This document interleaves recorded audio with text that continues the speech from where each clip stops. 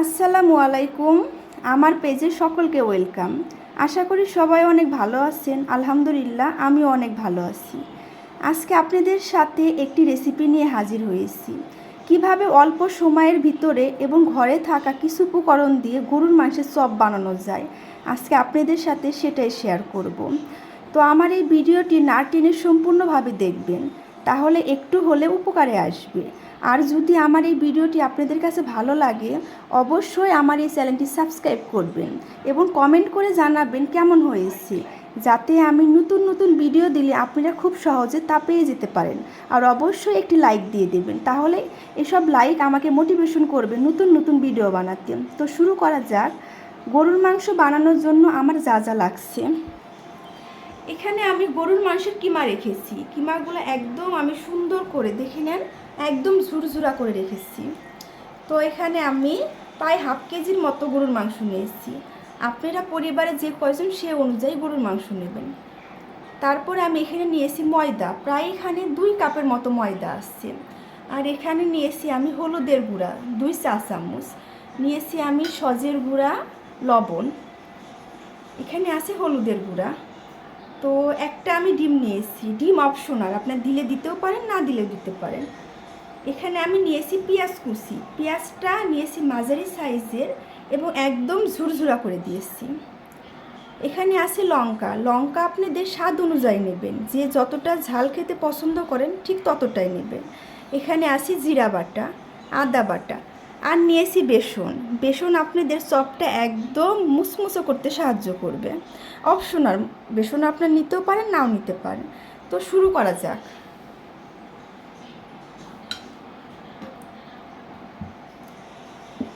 প্রথম আমি গরুর মাংস কিমাটা নিয়েছি। কিমাটা এরসি আপনারা ব্লেন্ডারও করে নিতে পারেন, যাদের কাছে ব্লেন্ডার নেই তারা এভাবে ঝুরি করে নিতে পারেন। এখানে আমি গরুর মাংসটা কিন্তু খুব সুন্দর করে ধুয়ে নিয়েছি। আর এখানে আমি দেব লঙ্কা গুঁড়া, এখানে আমি দিচ্ছি কাঁচামরিচ,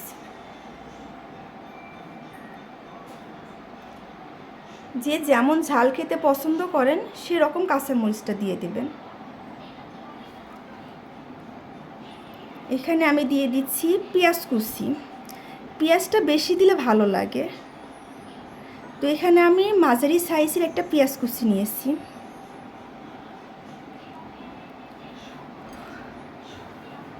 এখানে নিয়েছি জিরা গুঁড়া, জিরা গুঁড়াও দিতে পারেন, জিরা বাটাও দিতে পারেন। তো আমার ঘরে জিরা বাটা ছিল, এই জন্য আমি জিরা বাটা দিয়েছি। এখানে দিলাম আদা বাটা,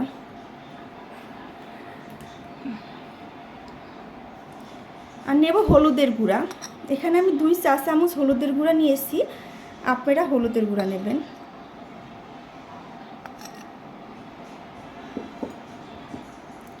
নিলাম মরিচের গুঁড়া, যে যেমন ঝাল খেতে পারেন সেরকম মরিচের গুঁড়া নেবেন। তারপরে নিলাম ধনিয়া গুঁড়া,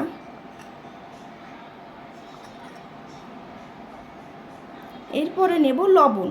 লবণ আপনার স্বাদ অনুযায়ী নেবেন। তো লবণ প্রথমে আমি একটু কমিয়ে দিলাম, পরে স্বাদ অনুযায়ী আর একটু বাড়িয়ে দেব।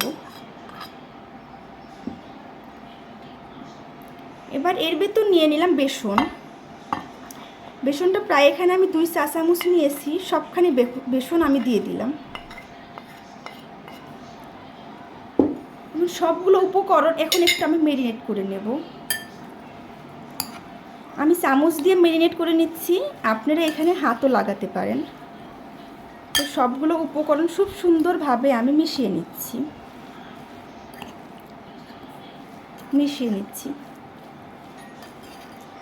আমার সবগুলো উপকরণ যখন একদম সুন্দরভাবে মিশে যাবে, তখন আমি এর ভিতর দিয়ে দেব একটা ডিম। ডিমটা অপশনাল, দিতেও পারেন, নাও দিতে পারেন। তো দিলে টেস্টটা ভালো হয়, এই জন্য আমি ডিমটা দিয়ে দিচ্ছি।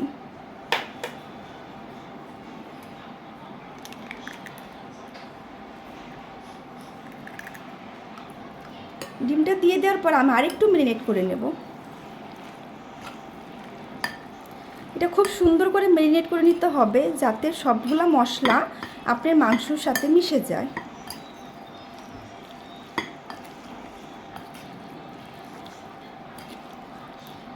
এরপরে এর ভিতর দিয়ে দেব আমি ময়দা। ময়দা অথবা বেসন যে কোনো একটা আপনি দিতে পারেন, কোনো সমস্যা নেই। তো আমার বাসায় ময়দা ছিল, এই জন্য আমি ময়দা নিয়ে নিলাম। ময়দা দেওয়ার পরে খুব সুন্দর সব কিছু একদম ম্যারিনেট করে নেবেন। তো চামচ দিয়ে যদি কোনো সমস্যা হয় হাত দিয়ে করতে পারেন।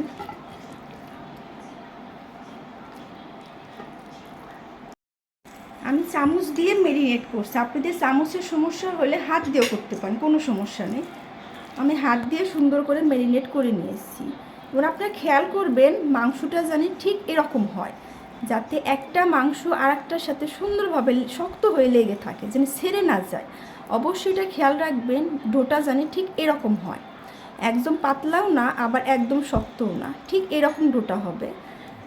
তো এরকম করে আমি সবগুলা চপ এখন বানিয়ে নেব। তো আপনি ডোটা ভালো করে দেখবেন, ঠিক এভাবে হবে। এখন আমি সবগুলা চপ বানিয়ে নেব। প্যানটি আমি চুলায় বসিয়ে দিয়েছি, তো আমি একদম ফুল আছে চুলাটি রেখেছি। এখন এর ভিতর আমি তেল দিয়ে দেব। আমি এর ভিতর তেল দিয়েছি। তেলটা আপনারা একদম বেশি পরিমাণও দেবেন না, আবার একদম কম পরিমাণও দেবেন না, যাতে নিচে লেগে না যায়। তো তেলের সাইজটা আমি এরকম রেখেছি। তো তেলটা গরম হওয়া পর্যন্ত একটু আমরা অপেক্ষা করব। আমার তেলটা কিন্তু প্রায় গরম হয়ে গেছে, আপনি দেখতেই পারছেন আমার তেলটা কিন্তু প্রায় গরম হয়ে গেছে।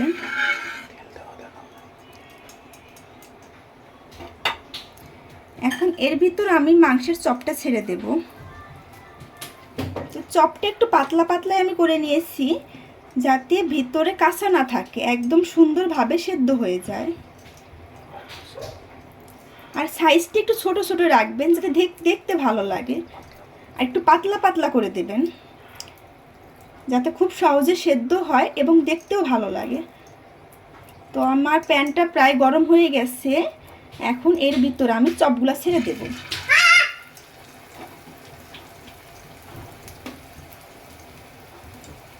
দেখো, আমি চপগুলো বসিয়ে দিয়েছি, এখন একটু উল্টিয়ে দেব। দেখেন আমার চপগুলা কিন্তু লেগে যায়নি। আপনারা সবসময় খেয়াল রাখবেন, তেলটা যখন গরম হবে ঠিক তখনই আপনি চপটা বসিয়ে দেবেন। আর একটা কথা, এর ভিতর কিন্তু আমি বেকিং পাউডার দিয়েছি, বেসন দেইনি। বেসন অপশনাল, আপনারা দিতেও পারেন নাও দিতে পারেন, কিন্তু বেকিং পাউডারটা অবশ্যই দেবেন। তো বেকিং পাউডার দিলে আপনার চপটা একদম মুচমুচা হবে, খেতে ভালো লাগবে। তো দেখেন আমার চপগুলোর কালারটা কিন্তু মাশাআল্লাহ অনেক সুন্দর এসেছে।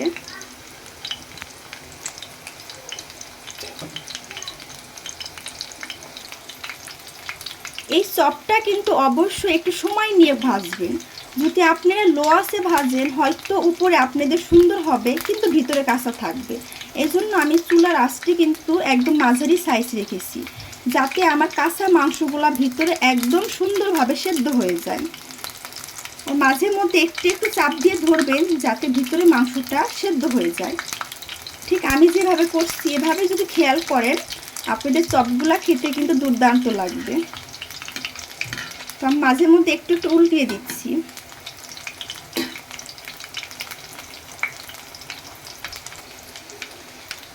আমার চপগুলা কিন্তু প্রায় ভাজা হয়ে গেছে, এখন আমি তুলে নেব। চপগুলা তুলে নেব। আর তার আগে একটি কথা, এরকম প্লেটে একটা টিস্যু দিয়ে রাখবেন, যাতে আপনি চপগুলো যখন এখানে রাখবেন তেলের ভাব যতটুকু আছে টিস্যুর ভিতর চলে যাবে, তাহলে খেতে আরও ভালো লাগবে। এই জন্য আমি একটা প্লেটে টিস্যু দিয়ে রেখেছি। এখন আমি সবগুলা চপ প্লেটে রাখবো।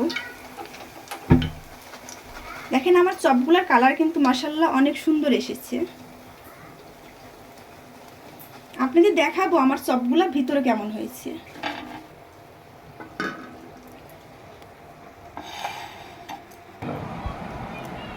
এখন আমার চপগুলা দেখেন অনেক সুন্দর হয়েছে। আমি একটু ভেঙে দেখাবো। দেখেন আমার চপগুলা ভিতরে কিন্তু একদম শক্ত হয়ে গেছে, খেতেও কিন্তু দুর্দান্ত লাগবে। তো আপনারা এভাবে বাসায় ট্রাই করে খেতে পারেন। তো বাচ্চাদের জন্য অনেক ভালো, আপনাদের জন্য ভালো, অবশ্যই খেয়ে দেখবেন। আর আমার আর আমার চ্যানেলটি সাবস্ক্রাইব করবেন আর কমেন্ট করে জানাবেন আমার সবগুলো আপনাদের কাছে কেমন লেগেছে। তো আজকের মতো এ পর্যন্তই। আল্লাহ হাফেজ।